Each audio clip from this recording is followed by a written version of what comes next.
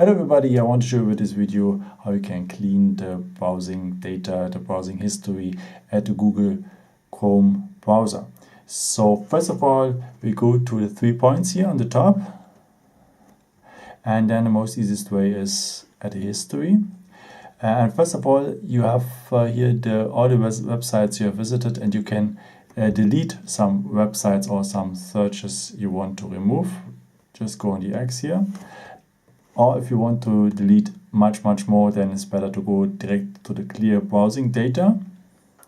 And here you can clear the browsing history, the cookies and so on, and the images, the cached one.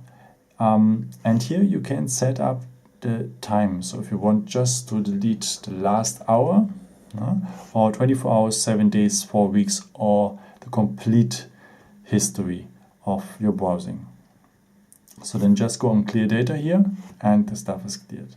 If you want to be sure that nothing is still on your phone, it's better to go on advanced, and here you have much more opportunities. You will remove much more pictures and files and so on, and also saved passwords. If you have visited Facebook and so on, and your password is saved and you want to remove it as well, it's better to go to the advanced one.